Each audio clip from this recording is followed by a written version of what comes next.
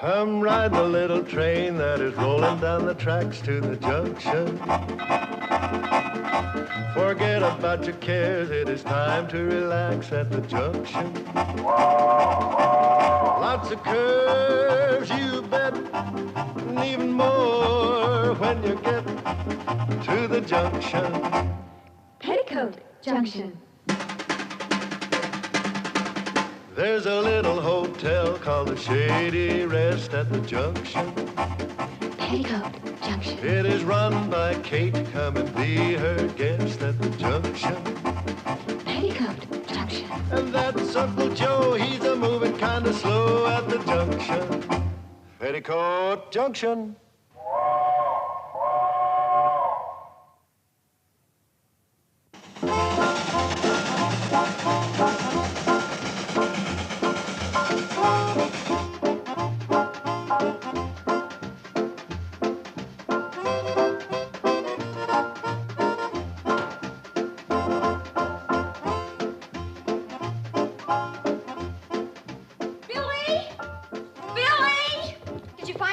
She's not upstairs. She's not in the kitchen either. Well, maybe Betty found her. She's not outside. Well, maybe she went into town. Without telling us? Oh, Mother wouldn't do that. Oh, she's in the cellar. Why didn't we think of it?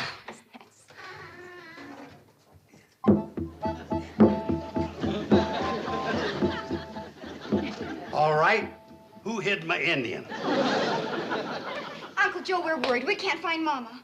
Now you know how I feel when you hide my Indian. Oh, Uncle Joe, this is serious. I don't know where We've looked all over the house. All right. Stop chattering like a nest full of baby blue jays. Your ma went to town. She left a note. What does it say? Nothing, just that she went to town. But I'm worried. Me too. So am I. What about? Well, Mom didn't sleep a wink last night. We heard her walking the floor all night long. And she didn't eat a bite of breakfast. I'll bet she's still worried about the train, Uncle Joe. Afraid the railroad's gonna scrap it. Relax. I took care of that railroad man. He wouldn't dare scrap the Hooterville cannonball. Has anyone heard the train this morning? No, I haven't. I haven't either. Then Mother must still be at the track waiting. Come on, let's go.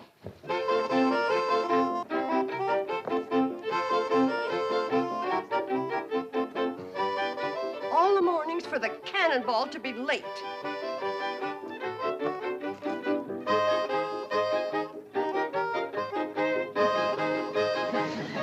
Mother! No! Don't do it! Don't! Don't do what? I was listening for the cannonball. It's 2 hours late. Mother, do you think the railroad has scrapped it? Of course not. There's nothing to worry about. Then why were you awake all night? I was reading. Walking the floor? If I read in bed, I fall asleep. Mother, you're worried about the train. Oh, I am not. Well, you didn't eat a bite of breakfast. Of course I did. I had coffee and buttered train. Toast.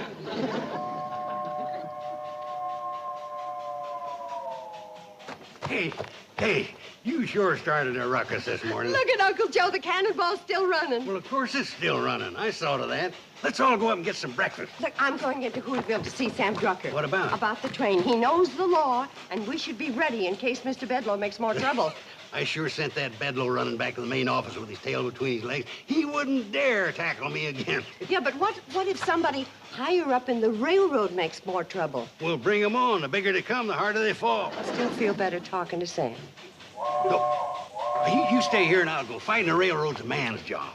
Well, I kind of thought you'd get some of those chores done today. What chores? Well, you've been promising to chop some wood and clean out the chicken yard. You hear that? I'm fighting the CNFW Railroad single-handed, and she asked me to clean out a chicken yard.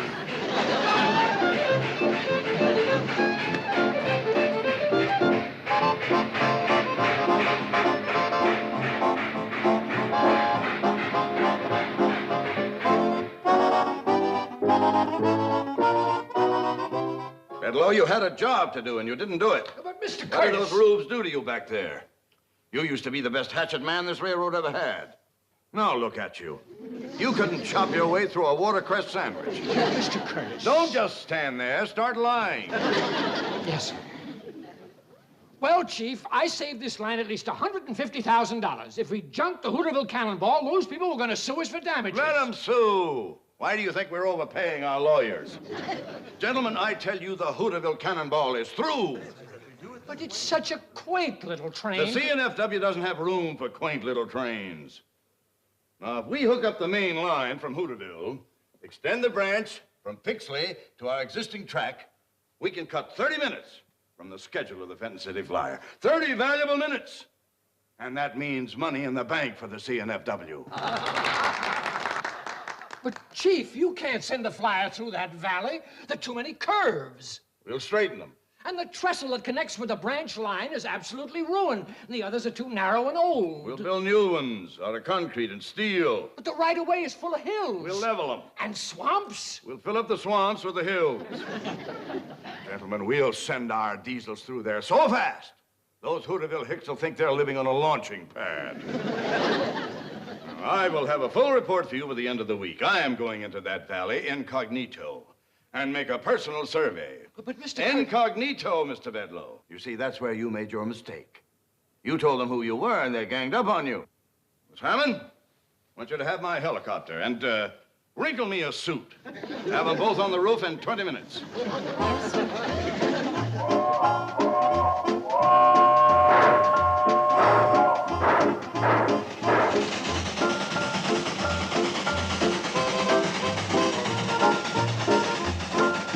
According to Sam Drucker, all we can do right now is lay low and let the railroad make the next move. Sam's a smart fella. He says to expect trouble, though, especially from the president. Remember how mean Mr. Bedlow was? Honorest man I ever met. Well, from what Sam's heard, the president of this railroad makes Mr. Bedlow look like a Sunday school teacher. Floyd, look. It's a heliocopter. Yeah. What do you suppose that whirly bug's doing around here? Put me down outside Hooterville. According to the map, I flew right over it, but I didn't see a thing. Well, just passed the train, so put me down in front of it and I'll flag a ride. Roger.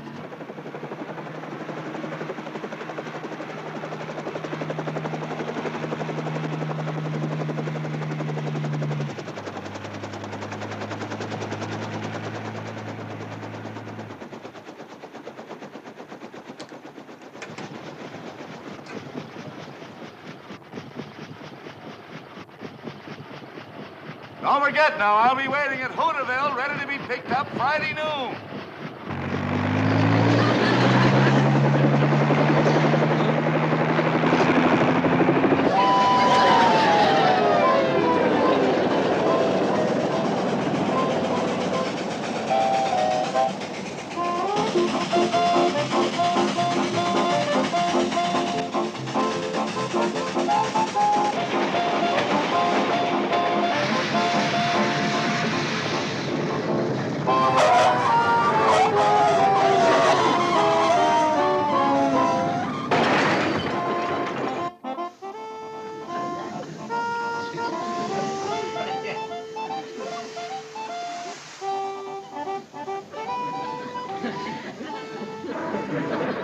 Looks like a hobo.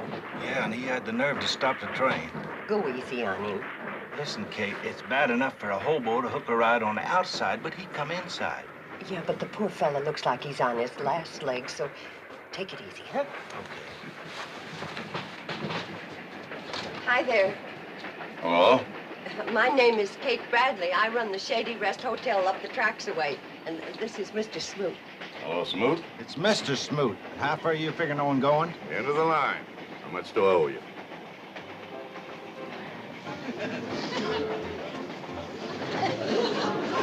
Well, my secretary must not have put any money in these clothes. I've got money. Sure you have. Sure you have.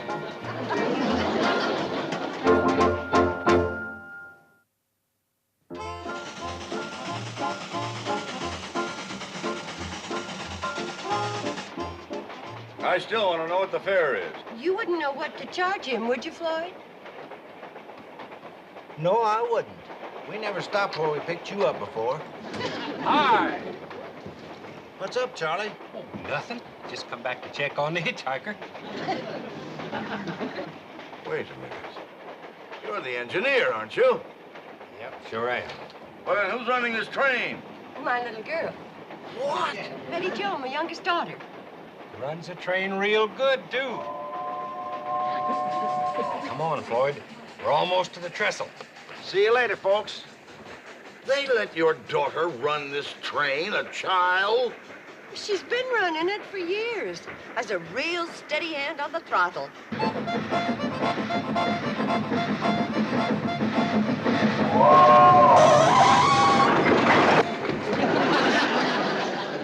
Her braking could stand improving. What are we stopping here for? Morgan Creek Trestle. We always stop here this time of the year. Why? Come on, I'll show you. We're gonna be here a spell. Well,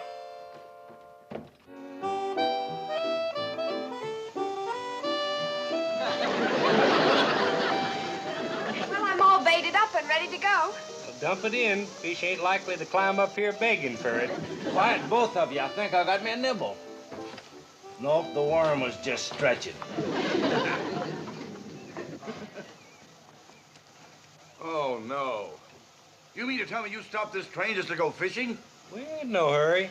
Well, I am. Let's get this iron rolling. You sure give good orders for a hobo. A hobo? I am Norman P. Curtis, presently a hobo. Well, if you don't intend staying one, there's no shame in it. Would you like to try my pole? Oh, no, thanks. I'm not much of a fisherman. Well, you never know till you try. Go ahead. Well, all right. But I'm not very good at it. Ooh, I wouldn't say that. I think you got something already. Either that or Betty Jo's using a mighty heavy worm. By George, I have. I've got a fish.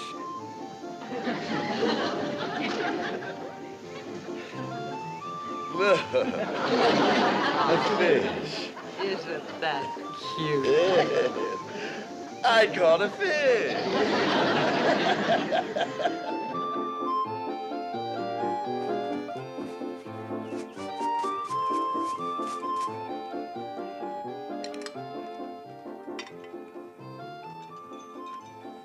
I haven't had a meal like this in years.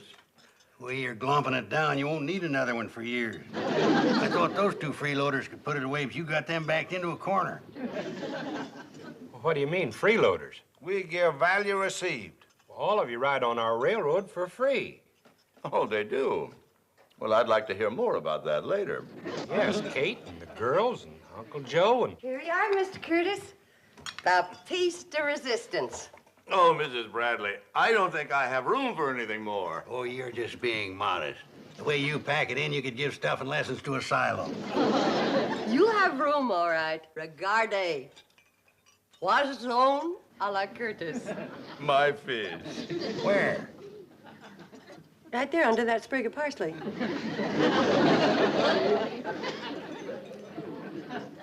Isn't that something? What'd you call it?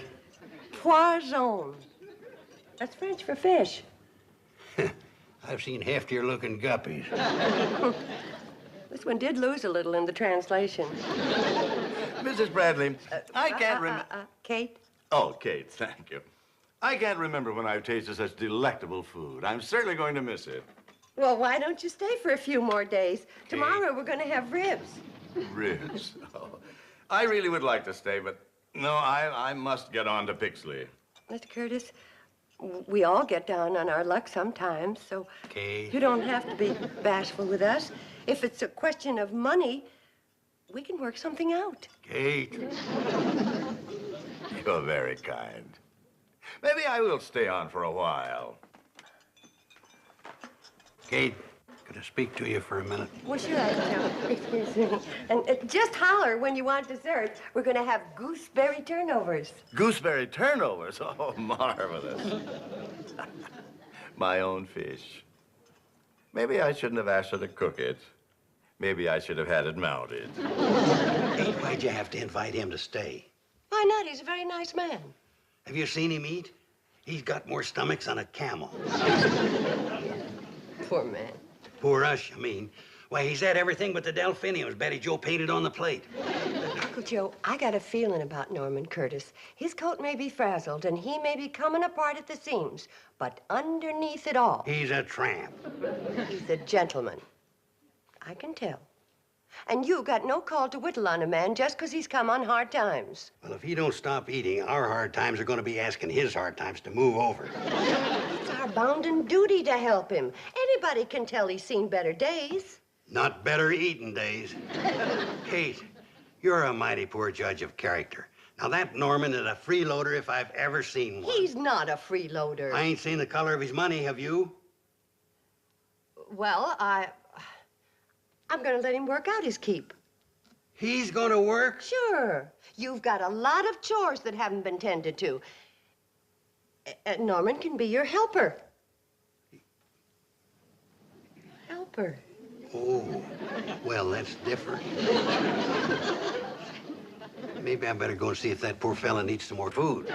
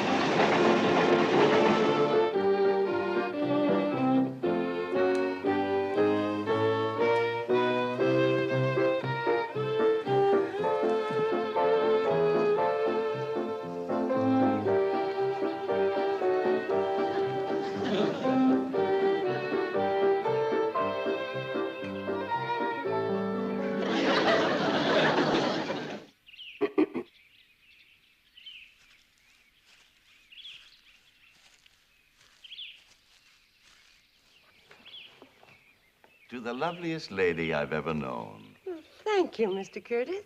Norman, please. Tell me, Norman, is that a compliment to my personality or to my cooking? Both. You know, Kate, I think these have been the happiest days of my whole life. Maybe it's because you've been doing something. Well, you have been keeping me busy. I haven't chopped wood in years. But you need a steady job. You're right. And when I leave here tomorrow, I'm going to the main office of the CNFW Railroad. And ask them for a job. Any kind of a job. Oiling, wiping, walking track. Why, with your brain, you could work up in no time. You really think so? Oh, yes, Norman. You got it in you. You set your mind to it, and in 5 or 10 years, you'll go right to the top. I'll be so proud. I'll point at you and I'll say, that's my friend, Norman Curtis, station master. Well, let's not aim our sights too high. Mr. Curtis, any special song you'd like to hear? Yes. How about Apple on a Tree?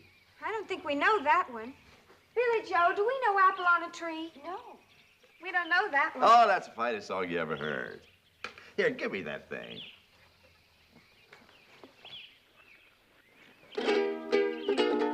Wish I was a woolly boogie bee. Wish I was a woolly boogie bee. I was a woolly boogie bee. I'd make my home in that cherry tree. Wish I was. Your president did not fire blank cartridges in Hooterville. I did not permit mawkish sentiment to influence my decision. Well, I'm sorry, Chief. I must have been hypnotized. Well, when do we go back to work up there? On what? Well, like you said, to hook up the branch line with the Fenton City Flyer. What are you talking about, Bedlow? We can't send that flyer through that valley. There are too many curves. But you said we'd straighten them. The right-of-way is full of hills. But you said we'd level them. And swamps. That's where you said you'd put the hills. Well, there are too many swamps and not enough hills. And furthermore, the main trestle is completely wrecked. All the others are old and narrow. They're good for nothing but fishing. But you said we'd build new ones out of concrete and steel. What's the matter with you, Bedlow? Are you trying to bankrupt this railroad? Your entire idea of modernizing that branch is unfeasible, ill-advised, and unpatriotic. My idea? Unpatriotic? Gentlemen, I am leaving immediately to try and straighten out the mess created by our ambassador of goodwill, Mr. Bedlow here. I'll have a full report for you by the middle of next week. Or the week after. Well, anyway, I will let you know. Gentlemen, this meeting is adjourned.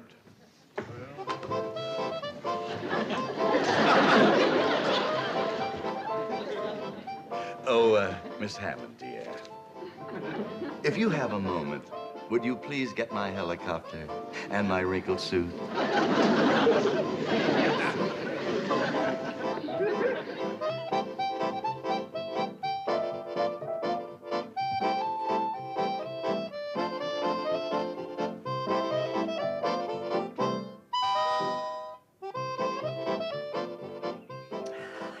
Hope Mr. Curtis got that job.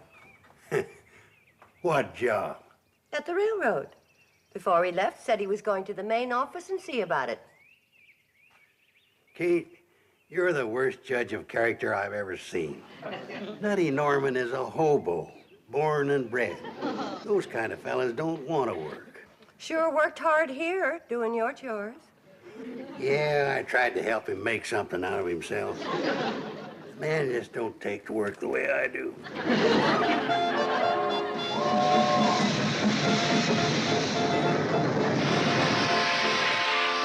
Thanks for the lift, fellas. Oh, will I see you at lunch tomorrow? You'll see us for supper tonight. The way you eat, there won't be no tomorrow.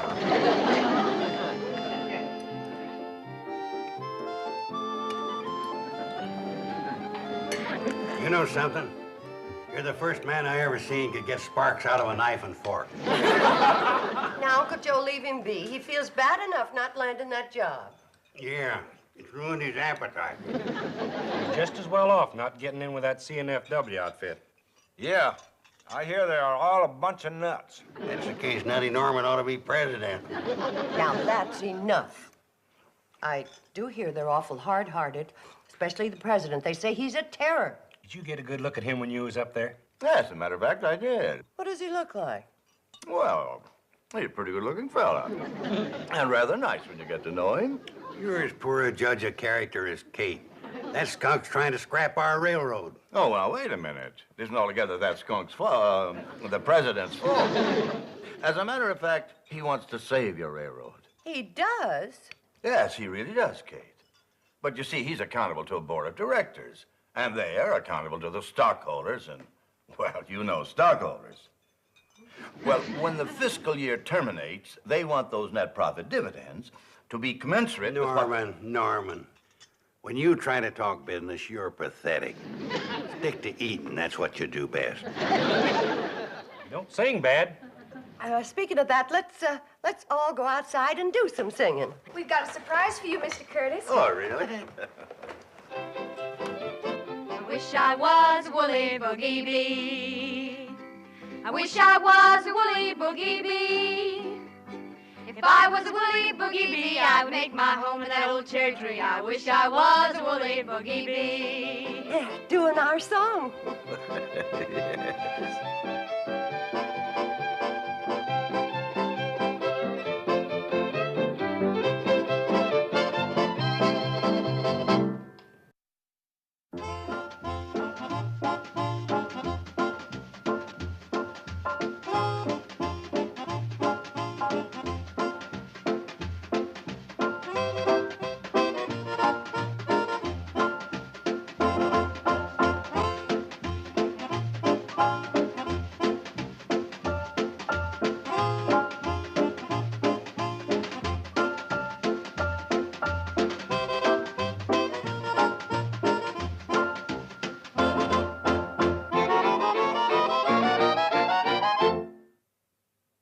This has been a Filmways presentation.